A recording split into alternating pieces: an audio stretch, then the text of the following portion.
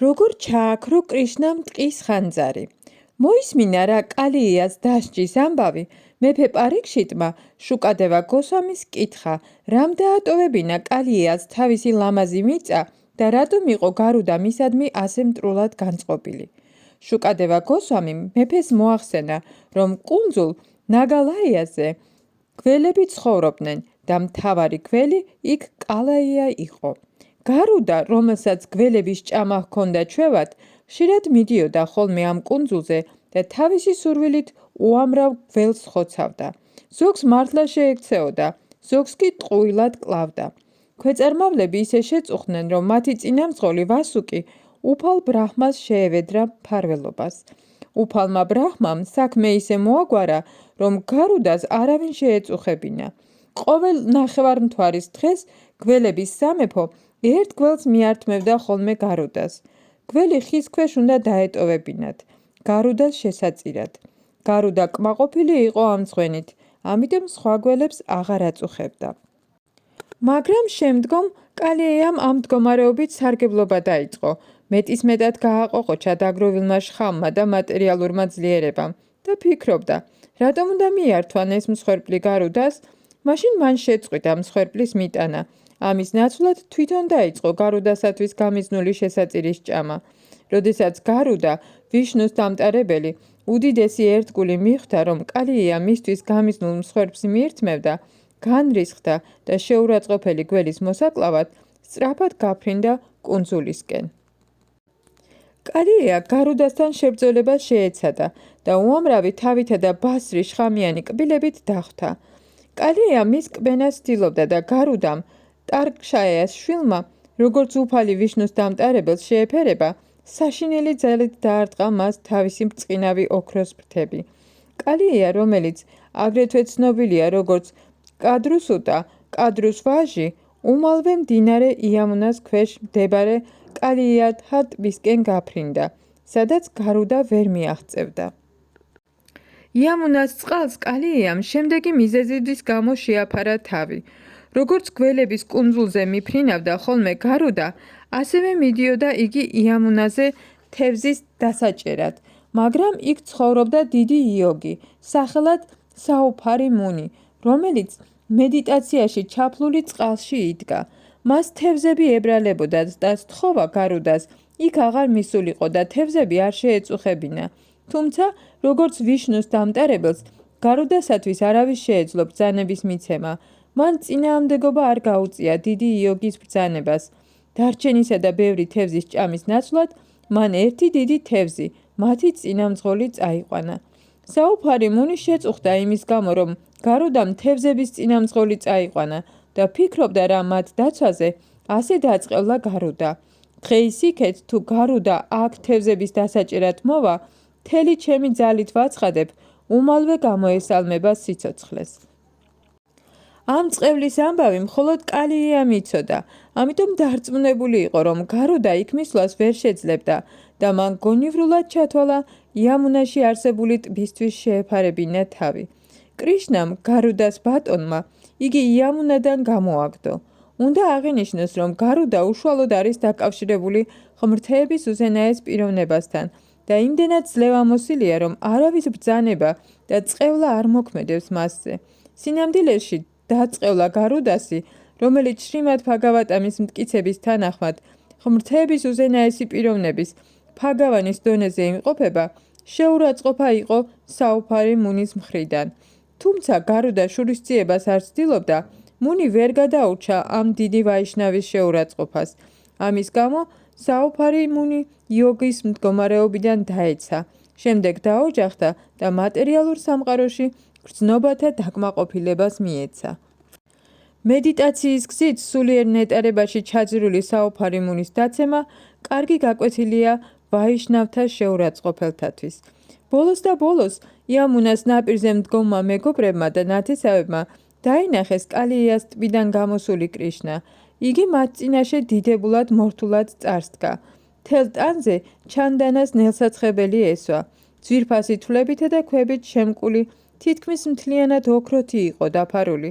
ბრინდავანის მცხოვრებლებმა, მენახირე ბიჭებმა და კაცებმა დედა იაშოდამ, ნანდა მაჰარაჯამ და ძროხებმა დაინახეს იამუნადან გამომავალი კრიშნა და თითქოს სასიცოცხლო ძალა დაუბრუნდათ. როდესაც ადამიანს სიცოცხლე უბრუნდება, მას თავისთავად სიხარული იპყრობს.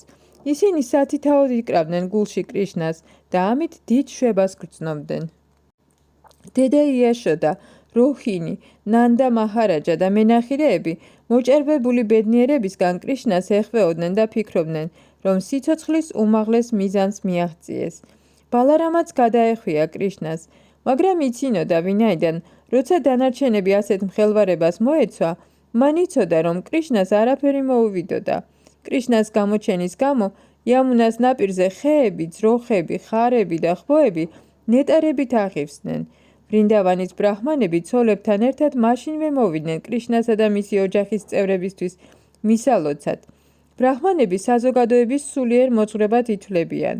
კრიშნას გადარჩენასთან დაკავშირებით მათ კრიშნა და მისი ოჯახი დალოცეს. აგრეთვე სთხოვეს ნანდა მაჰარაჯას ამ შემთხვევის გამო მოწყალება გაეღო. კრიშნას დაბრუნებით დიდად გახარებულმა ნანდა მაჰარაჯამ ბრაჰმანებს უამრავი ძროხა და ოქრო შესწირა. ვიდრე ნანდა მაჰარაჯა ამ ყოფაში იყო, დედა იაშოდა უბრალოდ ეალერსებოდა კრიშნას. კალთაში ჩაისვა იგი და დაუსრულებლად ხვრიდა ცრემლებს. თითქმის დაღამდა, რადგან ვრინდავანის მცხოვრებლები და მათთან ერთად ძროხები და ხვოები ძალიან დაღლილიყვნენ, მდინარის ნაპირას დასვენება გადაწყვიტეს. შუაღამისას, როდესაც ეძინათ, ტყეში მოულოდნელად ძლიერი ხანძარი გაჩნდა. აშკარა გახდა, რომ სულ მალე ცეცხლი ვრინდავანის ყველა მცხოვრებს შთანთქავდა. იგრძნეს თუ არა ცეცხლის სიმხურვალე, მაშინვე კრიშნას ღმრთეების უზენაეს პიროვნებას შეაფარეს თავი. მიუხედავად იმისა, რომ იგი მათი ბავშვის როლს თამაშობდა, მათ უთხრეს: ძვირფასო კრიშნავ, ო ღმრთეების უზენაესო პიროვნებავ, ძვირფასო ბალარამავ, ყოველგვარი ძალის წყარო, გთხოვთ რაიმე იღონეთ, რომ გადაგვარჩინოთ ამ ყოვლის მთანთქმელი გამანადგურებელი ხანძრისგან. თქვენს მეტი თავშესაფარი არ გაგვაჩნია, ეს გამანადგურებელი ცეცხლი ყველას გადაყვლაპავს. ასე ევედრებოდნენ ისინი კრიშნას. ეუბნებოდნენ რა, რომ მისი ლოტოსის ტერფების გარდა სხვა თავშესაფარი არ ეგულებოდათ. უფალ კრიშნას შეებრალა თანასოფლელები, უმალვე გადაყლაპა ტყის ხანძარი და გადაარჩინა ისინი.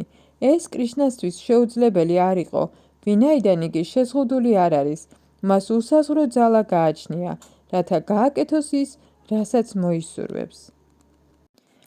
დემონ პრალამბასურას მოკლა. ყოლის მთანთქმელი ცეცხლის ჩაქრობის შემდეგ, ნათესავებით, მეგობრებით, ძროხებით, ხვოებითა და ხარებით გარშემორტყმული და მათი სიმღერებით განდიდებული კრიშნა კვლავ შევიდა ვრინდავანში, რომელიც მუდამ ძროხებით არის სავსე. ვიდრე კრიშნა და ბალარამა ვრინდავანში მენახილი ბიჭებთან და გოგოებთან ერთად ცხოვრებით ტკბებოდნენ, ზაფხულიც დადგა. აუტანელი სიცხის გამო ინდოეთში ზაფხულს არც თუ დიდი სიხარულით ხვდებიან. თუმცა ვრინდავანში ყველა ნასიამოვნები იყო, ვინაიდან იქ ზაფხული გაზაფხულს ჰგავს. ეს მხოლოდ იმის გამო იყო შესაძლებელი, რომ იქ ცხოვრობდნენ უფალი კრიშნა და ბალარამა, თვით უფალ ბრაჰმასა და უფალ შივას გამგებლები. ვრინდავანში არის უამრავი ჩანჩქერი, რომლებიც გამუდმებით გადმოჩქებს, მათი ხმა ძალზე ტკბილია და ჭრიჭინების ჭრიჭინსაც კი ფარავს და ვინაიდან წყალი ყველგან ესხურება, ტყე მუდამ მწვანეა და მშვენიერი. ვრინდავანის მცხოვრებლებს მზის მწველი სიცხე და ზაფხულის მცხუნვარება არასოდეს აწუხებდათ. ვრინდავანის ტბებს გარს მწვანე ბალახი აკრავს. იქ ხარობს უამრავი სახის ლოტოსი, კალჰარა, კანჯა, უტპალა. ქარი აქეთ-იქეთ ფანტავს ლოტოსის ყვავილების სურნელოვან მტვერს. როდესაც ვრინდავანის მცხოვრებლებს იამუნას ტალღების, ტბებისა და ჩანჩქერების წყლის წვეთები ეშღებებოდა, ეს მაშინათვე აგრილებდა მათ. ამიტომ ფაქტიურად ზაფხულის სიცხე არც აწუხებდათ. დიდებული ადგილია ვრინდავანი. იქ მუდამ ხარობს ყვავილები, ლამაზად მორთული ირმები დასეირნობენ, ჩიტები ჭიკჭიკებენ, ყივიან და ცეკვავენ ფარშავანგები, ზუზუნებენ ფუტკრები, გუგულები საამოდგმხერიან 5 სხვადასხვა ჰანგზე. კრიშნა, ნეტარების საუნჯე, რომელიც ფლეიტაზე უკრავდა, უფროსი ძმის ბალარამას და სხვა მენახირე ბიჭებისა და ძროხების თანხლებით ვრინდავანის ტყეში შევიდა, რათა იქაურობით დამტკბარიყო. ისინი ახლად შეფოთლილ ხეებს შორის მისეირნობდნენ, რომელთა ყვავილებიც ფარშავანგის ბუმბულს მოგაგონებდათ. ისინი ამ ყვავილებითა და ზაფრანისფერი ცარცის ხაზებით იყვნენ მორთული. ბიჭები ხან ცეკვავდნენ და მღეროდნენ, ხან კი ჭიდაობდნენ. როცა კრიშნა ცეკვავდა, ზოგიერთი მენახირე ბიჭი მღეროდა, სხვები კი ფლეიტაზე უკრავდნენ. კამეჩის რქებში უბერავდნენ, ტაშს ცემდნენ და კრიშნას აქებდნენ. საყვარელო ძმაო, რა კარგად ცეკვავ. სინამდვილეში ეს ბიჭები მაღალი პლანეტებიდან კრიშნას გართობებში დასახმარებლად ჩამოსული ნახევარღმერთები იყვნენ. მენახირე ბიჭებად გადაცმული ნახევარღმერთები მოცეკვავე კრიშნას ამხნევებდნენ, სწორედ ისე ერთი მოცეკვავე რომ ამხნევებს მეორეს შექებით. იქამდე არც ბალარამას და არც კრიშნას არ გაუვლიათ თმის შეკრეჭის ცერემონია, ამიტომ მათი შეკრული თმა ყორნის ფრთებს მოგაგონებდათ. მეგობრებთან ერთად ხშირად თამაშობდნენ დამალობანას, ხტუნაობდნენ ან ჭიდაობდნენ. ზოგჯერ, როდესაც მეგობრები მღეროდნენ და ცეკვავდნენ, კრიშნა აქებდა ხოლმე, რა მშვენივრად ცეკვავთ და მღერით, ჩემო საყვარელო მეგობრებო. ზოგჯერ ბიჭები ერთ-ერთ მათგანს თვალებს აუხვევდნენ, მიეპარებოდნენ და ხელს დაადებდნენ. მას კი უნდა გამოეცნო, ვინ იყო იგი. თამაშობდნენ და ბურთივით ესროდნენ ერთმანეთს ბელისა და ამალაკის ხილს. ისინი თამაშობდნენ მეგობრებთან ერთად. ზოგჯერ ტყის ირემს ან სხვადასხვა ჩეტებს ბაძავდნენ. ეხუმრებოდნენ ერთმანეთს, მოყეყინე ბაყაყებს აჯავრებდნენ და ხეების ქვეშ ქანაობით ერთობოდნენ. ზოგჯერ მეფესა და მის მხლებლებს ასახიერებდნენ. ასე ერთობოდნენ ბალარამა და კრიშნა მეგობრებთან ერთად და ტკბებოდნენ დინარეებით, ტბებით, ნაკადულებით, მშვენიერი ხეებით, საუცხოო ხილითა და ყვავილებით სავსე ვრინდავანით. ერთხელ ასეთ ტრანსცენდენტულ გართობებში იყვნენ, რომ ბალარამას და კრიშნას მოტაცების მიზნით დიდი დემონი პრალამბასურა შეუერთდათ. თუმცა კრიშნა მენახირე ბიჭის როლს თამაშობდა, როგორც ღვთაების უზენაეს პიროვნებას, მას ყველაფერი ესმოდა, წარსული, აწმყო და მომავალი.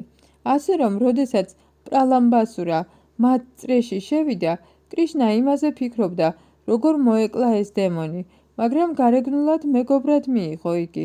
ჩემო ძვირფასო მეგობარო, თქვა მან, ძალიან კარგია რომ ჩვენს გართობებში მონაწილეობის მისაღებად მოხვედი. მაშინ კრიშნამ ყველა მეგობარი მოიხმო და უბრძანა. ახლა წყვილ-წყვილად ვითამაშებთ, ორ-ორი გამოვიწვევთ ერთმანეთს. ამის გამო გონებაზე ბიჭებმა ერთად მოიყარეს თავი. ზოგი კრიშნას მხარეს დადგა, ზოგი კი ბალარამას მხარეს და მოილაპარაკეს, რომ ერთმანეთს შეეჭიდებოდნენ. დამარცხებულებს ზურგით უნდა ეტარებინათ გამარჯვებულები. ბიჭებმა თამაში დაიწყეს და თან ფანტივარდანას ტყეში მიმავალ ძროხებს მწყემსავდნენ. გაიმარჯვა ბალარამას მხარემ, რომელშიც შრიდამა და ვრშაფა შედიოდნენ. კრიშნას მხარეს ზურგით უნდა ეტარებინა ისინი ფანტივარდანას ტყეში. დამარცხებულ ღვთაების უზენაეს პიროვნებას ზურგით მოუხდა შრიდამას ტარება, ფანტარასენას კი ვრშაფასი. ბაძავდა რა მათ თამაში პრალამბასურამ, რომელიც იქ მენახირე ბიჭის სახით მივიდა, ბალარამა შეისვა ზურგზე. პრალამბასურა უდიდესი იყო დემონთა შორის და გამოთვლილი ჰქონდა, რომ მენახირეთაგან ყველაზე ძლიერი კრიშნა იყო. კრიშნასთან ურთიერთობა რომ აეცილებინა თავიდან, პრალამბასურამ ბალარამა შორს წაიყვანა. დემონი უდაოდ ღონიერი და მძლავრი იყო, მაგრამ მას მიჰყავდა ბალარამა, რომელსაც მთას ადარებენ. ამიტომ სიმძიმე იგრძნო და თავისი ნამდვილი სახე მიიღო. როდესაც ნამდვილი სახე გამოაჩინა, ოქროს მუზარადითა და საყურეებით იყო შემკული და ჰგავდა ავდრის ღრუბელს, რომელსაც მთვარე მიჰყავს. ბალარამამ დაინახა, როგორ გაიზარდა დემონის სხეული ღრუბლებამდე. მისი თვალები მოგიზგიზე ცეცხლივით ანათებდა, პირში კი ბასრი კბილები უელავდა. დემონის გარეგნობამ თავიდან გააოცა ბალარამა და იგი საკუთარ თავს შეეკითხა, როგორ მოხდა, რომ ბიჭი, რომელსაც მე მივყავდი, უცებ ასე შეიცვალა, მაგრამ ნათელი გონებით სწრაფად მიხვდა, რომ მეგობრებისგან დემონმა წამოიყვანა, რომელსაც მისი მოკლა ჰქონდა განზრახული. მან უმალვე თავში ჩასცხო ძლიერი მუშტი დემონს. როგორც ზეციური პლანეტების მეფე სცემს ხოლმე თასმეხს, ბალარამას მუშტმა თავგაჩეჩქვილი გველივით უსულოდ დასცა დემონი და მას პირიდან სისხლი გადმოუვიდა. დემონის დაცემამ გამაყრუებელი ხმა გამოსცა და გეგონებოდათ მეფე ინდრას მეხმა უზარმაზარი მთა წააქციაო. ყველა ბიჭი იმ ადგილს მიაწყდა. საშინელი სცენის ხილვით გაკვირვებულები ასე აქებდნენ ბალარამას. ყოჩახ, ყოჩახ. ყოველი მათგანი დიდი სიყვარულით ეხვეოდა ბალარამას. საიქიოდან დაბრუნებულად თვლიდა რა მას. ისინი ლოცვებს არ აკლებდნენ და გამარჯვებას ულოცავდნენ მას.